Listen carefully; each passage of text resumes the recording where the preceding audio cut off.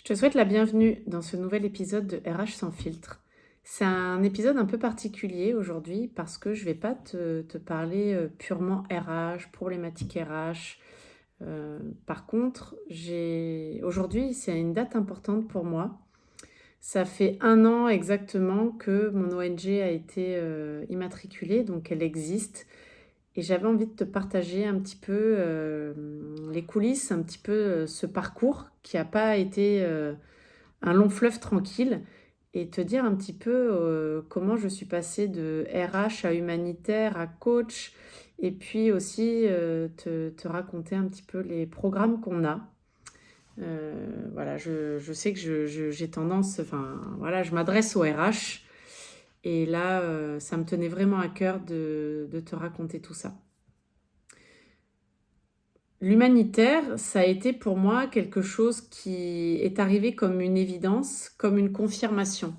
Donc j'ai déjà partagé que j'avais perdu mon père en 2020 et à l'époque où mon père a pris sa retraite, donc c'était fin 2019, il avait exprimé le fait que son boulot l'avait énormément stressé toute sa vie, même s'il l'avait aimé.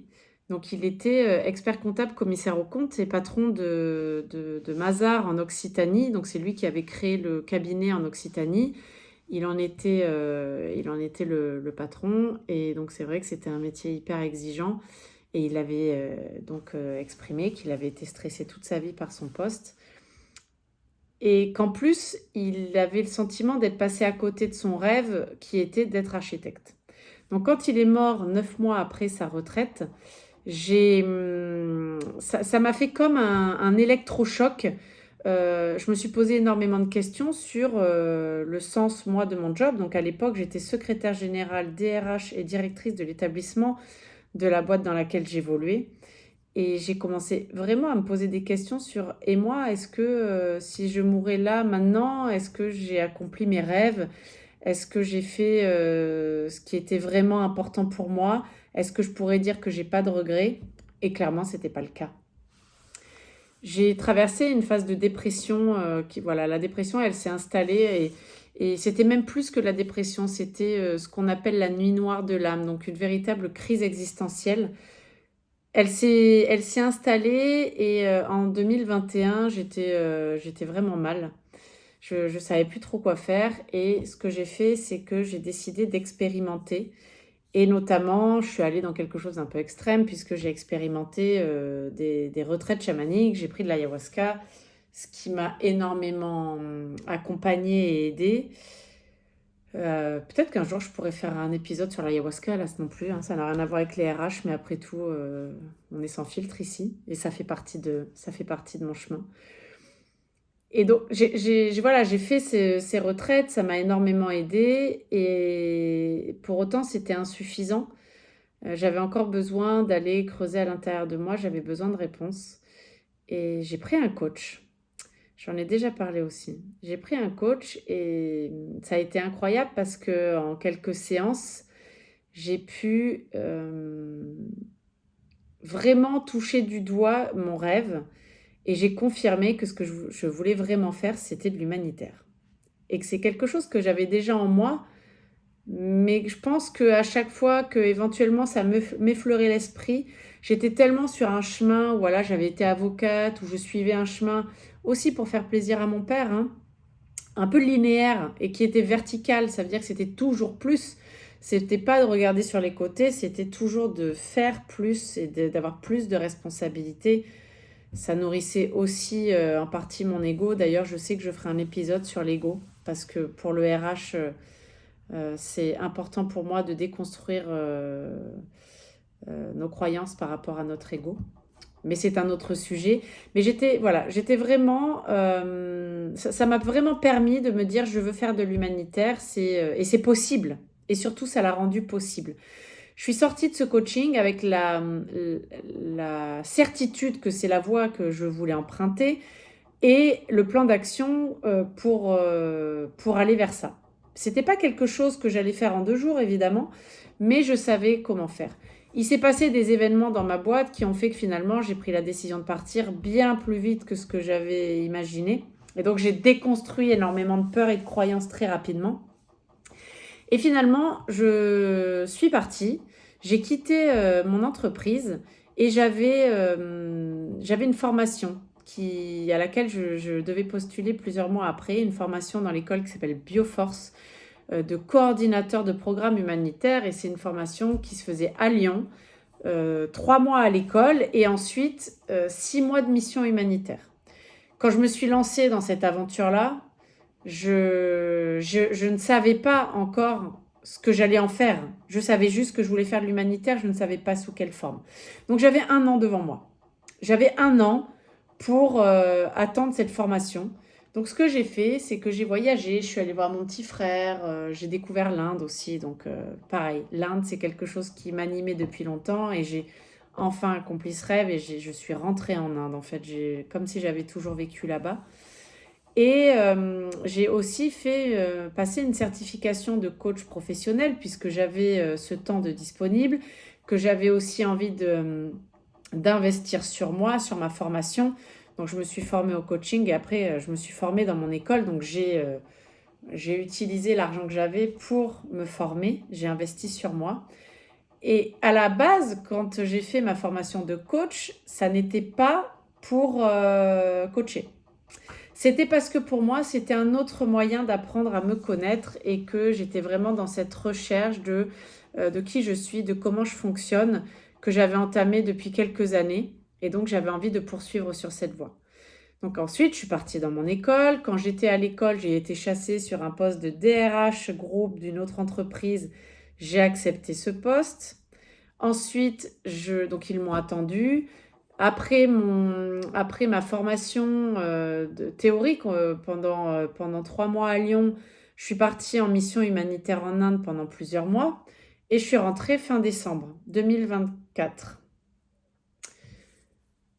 Le début janvier 2025, je commençais mon nouveau poste donc, de DRH Group dans l'entreprise qui m'avait chassée. Et très rapidement, je me suis rendu compte que, bon, déjà, il y avait des choses qui ne me plaisaient pas dans cette entreprise. Je me suis rendu compte que c'est pas ce que je voulais, que ce que je voulais, c'était d'avoir ma liberté géographique. Donc, j'ai très rapidement senti que j'étais pas à ma place et j'étais un peu dans un cercle de me dire, mais pourquoi je suis là, pourquoi je suis pas en Inde? Après, je me dis, bah, si je suis pas en Inde, c'est parce que je suis là, donc physiquement là, derrière mon bureau à Toulouse. Pourquoi je suis derrière mon bureau? Bah, c'est pour gagner ma vie. Et pourquoi je veux gagner ma vie? Pour aller en Inde. Donc là, je me suis dit, il y a quand même un problème. Je tourne en rond. Voilà, j'avais vraiment le sentiment de tourner en rond. Et finalement, c'était une erreur de prendre ce poste. Ça aurait pu durer si j'avais trouvé la boîte géniale, ce qui n'a pas été le cas. Voilà, moi j'ai besoin d'avoir quelqu'un qui me fasse rêver, d'avoir un patron qui me fait rêver, tout ça, c'est parce que j'ai trouvé. Et d'ailleurs, je m'étais déjà dit un jour que pourquoi ne pas être moi-même la personne qui m'inspire. Et en février l'année dernière, donc j'étais en visio avec mon chéri, qui est indien et qui vit en Inde. Et je me suis posé la question de pourquoi j'attends. On parlait de rêves, de nos rêves. Et moi, un de mes rêves, c'était de créer ma propre ONG. Et je me suis demandé, mais pourquoi j'attends? Et je me suis rendu compte que bah, quand on attend, on a soit de bonnes raisons, voilà, de très bonnes raisons, soit des excuses. Et c'est bien de se demander, est-ce que les histoires que je suis en train de me raconter, ce sont des excuses ou est-ce que ce sont vraiment des contraintes? Et moi, je me suis rendu compte que je me trouvais que des excuses. Par exemple, c'est trop compliqué. Je suis pas capable. C'est un truc trop gros. Je suis un peu coincée en France parce que j'ai mon fils à Toulouse. C'est quelque chose qui devrait prendre des années. Ça devrait, entre guillemets, être une fin en soi. C'est une fin de parcours, c'est-à-dire c'est le but ultime dans l'humanitaire. Enfin voilà, toutes ces choses que j'étais en train de me raconter et qui en fait alimentaient ma peur de réussir, ma peur de ne pas être à la hauteur, ma peur peut-être d'échouer hein, aussi. Et ce jour-là, c'était le 16 février. Et on a décidé qu'on allait arrêter d'attendre et que l'objectif maintenant, c'était de passer à l'action. sachant que bah, quand on se plante, on peut aussi arrêter, on peut revenir en arrière, rien n'est définitif, si ce n'est la mort. Donc, il n'y avait pas vraiment de risque non plus. Je pense que dans les 3 heures qui suivaient, j'avais déposé les statuts, voilà, officiellement. Et le 27 février, j'ai reçu la notification, voilà. Et donc, l'ONG avait une existence juridique. Je suis partie en Inde en mars, et donc une semaine. Et quand j'étais là-bas avec Shivendra, on a commencé à regarder les actions qu'on pouvait faire pragmatiques, c'est-à-dire quels enfants on pouvait aider. On voulait aider les enfants, donc qui on pouvait aider. Et Shivendra avait déjà l'idée d'une prison pour enfants qui est de l'autre côté de Varanasi, de l'autre côté du Gange, donc des enfants qui sont là parce que bon, ils ont été condamnés pour des faits liés à la mendicité. On a étudié la situation, on s'est rendu dans cette prison et on a découvert en fait des directrices qui étaient complètement, alors entre guillemets, livrées à elles-mêmes. Ça veut dire, voilà, c'est gouvernemental, mais il n'y avait plus d'ONG pour les aider. Il y avait vraiment des manques sur certains sujets. Donc, on a décidé qu'on allait les aider.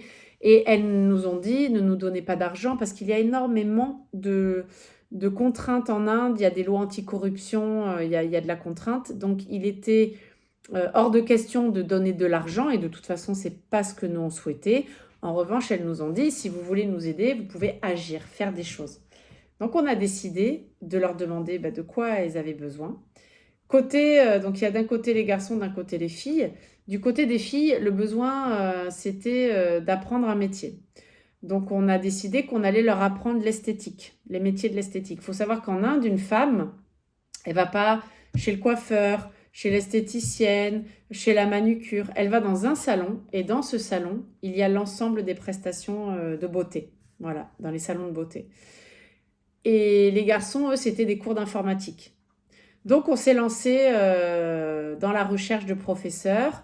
Et quand j'y suis retournée, donc j'ai fini mon contrat, moi, j'ai mis un terme à ma période d'essai en avril. Et quand je suis retournée en Inde en avril-mai, on a mis en place les programmes de façon très concrète. Donc, on est arrivé avec notre matériel et nos professeurs, un professeur d'informatique et 2 ordinateurs, une professeure d'esthétique et tout le matériel d'esthétique, et on a commencé à mettre en œuvre les programmes. Il s'est avéré que côté filles, ça allait très bien. Côté garçons, c'était un peu compliqué. Parce que en termes de gestion, c'était pas très carré, parce que parfois on avait des gamins, parfois d'autres. Ils étaient plus jeunes en plus, donc il y avait un problème de suivi. Quand on allait sur place, honnêtement, c'était sale, ça sentait mauvais, honnêtement, je te le dis, on rentrait, on avait l'impression de rentrer dans une écurie. Enfin, une fois, je me souviens, on est arrivé, les enfants, ils étaient en train de manger, et ils étaient dans le couloir, il y avait un petit garçon handicapé qui s'en mettait partout, ça m'a révoltée. D'ailleurs, j'avais pris une vidéo, je voulais dénoncer, et puis Shivendra m'a dit ne fais pas ça parce que le gouvernement indien va pas du tout apprécier, et moi je veux pas prendre le risque d'être interdite d'aller en Inde, évidemment. Donc je l'ai pas publié, mais c'est à force de, on va dire, de partenariat et d'influence qu'on pourra aider. En septembre l'année dernière, donc voilà, ces programmes fonctionnaient quand même. En septembre l'année dernière, il y a eu un scandale. Un scandale du côté des garçons. Le juge a découvert des faits extrêmement graves. Et la directrice a été remerciée. Alors, pas licenciée parce que c'est fonctionnaire, mais elle a été mise en congé, mise de côté. Et elle est partie. Alors, elle a été remplacée par un homme, mais elle est partie avec la clé du local dans lequel se trouvaient les ordinateurs. Il faut savoir que nous sommes en février et que ça date de septembre 2025. Nous n'avons toujours pas récupéré nos ordinateurs. Ils sont toujours enfermés en train de prendre la poussière dans cette pièce, et donc les garçons n'ont pas eu cours d'informatique depuis. Le prof leur a donné quelques cours d'anglais, mais pareil, ça manque de structure, donc on a préféré arrêter. Et quand je vais retourner, là, fin mars, je retourne pendant plusieurs semaines à Varanasi, on va s'en occuper, on va aller récupérer nos ordinateurs parce que clairement, le directeur fait pas vraiment d'efforts pour nous aider. Donc vraiment, côté garçon, c'est compliqué. En revanche, du côté des filles, on a continué à développer, donc elles continuent à prendre leurs cours d'esthétique et on a mis en place aussi en décembre, depuis décembre, des cours de couture. Donc on a trouvé une couturière, on fournit le matériel, les filles adorent. Voilà, toutes les semaines, on a les vidéos, les nouvelles et elles progressent. Et l'objectif, c'est que quand elles vont sortir de prison, elles auront appris un métier. Donc nous, on va leur donner un certificat qui pour nous a de la valeur. Ça veut dire qu'on va valider qu'elles ont vraiment les compétences. On va les tester et on va leur faire passer une sorte d'examen. Et elles pourront aller travailler soit à leur compte, soit dans un salon de beauté, soit chez un tailleur, par exemple. Nous, ce qu'on veut, c'est de façon très pragmatique, c'est de les accompagner pour la vraie vie, en fait, à leur sortie. Donc, pourquoi ces enfants sont en prison? Il y a un peu de tout comme histoire, mais il y a des histoires très, très dures, très tragiques. Il y a une gamine, elle s'est fait violer par son père, elle s'est échappée. Il y a beaucoup d'enfants qui s'échappent de leur famille et qui refusent d'y retourner. Un petit garçon qui a été frappé par ses parents ou par son père et son frère, qui a quitté le village. Il est allé à la première gare qui était quand même assez loin, a pris le premier train, s'est fait contrôler, n'avait pas de billet, donc, et a refusé de dire d'où il venait, donc il a été envoyé à cet endroit-là. On a aussi une gamine qui, voilà, pareil, violence, qui d'elle-même est allée dans cet endroit-là. Et quand elle a eu la visite de ses parents, une fois on y était, ses parents la suppliaient de rentrer à la maison et elle refusait. On a aussi des filles qui se sont mariées très jeunes, avec des garçons d'une caste différente et qui ont pu être rejetés par les parents. Pour un peu que le garçon soit majeur, il est parti en prison également puisqu'il a commis un délit en étant avec une mineure. Voilà, on a des histoires d'enfants qui souffrent énormément. Il y a des belles histoires d'amour aussi, notamment des jeunes filles qui attendent avec impatience de retrouver leur amoureux, leur mari, avec qui elles se sont mariées en cachette souvent. Mais on a, voilà, donc quand on dit prison pour enfants, juridiquement, il y a des conventions internationales, c'est pas une prison pour enfants, ça s'appelle juvenile home, c'est comme un centre de redressement. Mais au final, ce sont des enfants condamnés qui vont dans un endroit avec des barreaux, des gardiens, des horaires et une restriction de liberté. Donc c'est quand même une prison. Et nous, on est là pour les accompagner, pour continuer à développer. L'objectif de Samyak Solidarity Foundation, donc Samyak, ça veut dire équilibre en sanskrit. On n'est pas là pour leur promettre que leur vie va être merveilleuse, qu'elle va être parfaite et qu'ils vont être riches et compagnie. On est plutôt là pour leur redonner de l'espoir pour avoir une vie équilibrée, retrouver de l'équilibre. Et probablement, en tout cas on l'espère, de la sérénité.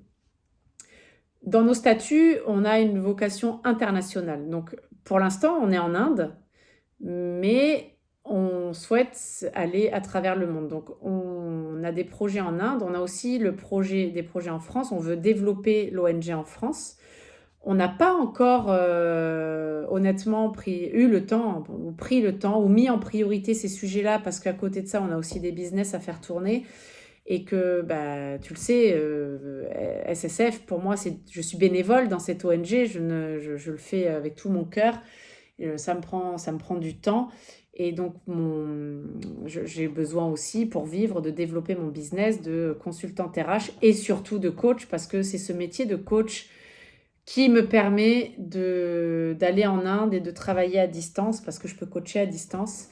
Et là, je suis en train de développer un programme pour les RH qui cherchent un job, un programme collectif qui va permettre pour les RH qui veulent pas ou qui ne peuvent pas dépenser des milliers d'euros dans un accompagnement individuel. Je veux leur proposer une alternative qui leur coûtera moins cher et qui est collective. Donc tout ça, j'ai besoin de le travailler, de le mettre en place.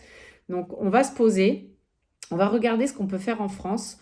On a aussi le projet en Inde d'enregistrer notre ONG en Inde. Comme ça, on pourra récolter des fonds indiens. On veut développer aussi les partenariats, trouver des fonds auprès des entreprises, des appels à projets. Parce que là, notre prochain objectif significatif, c'est de construire une école dans les environs de Varanasi, donc dans les villages.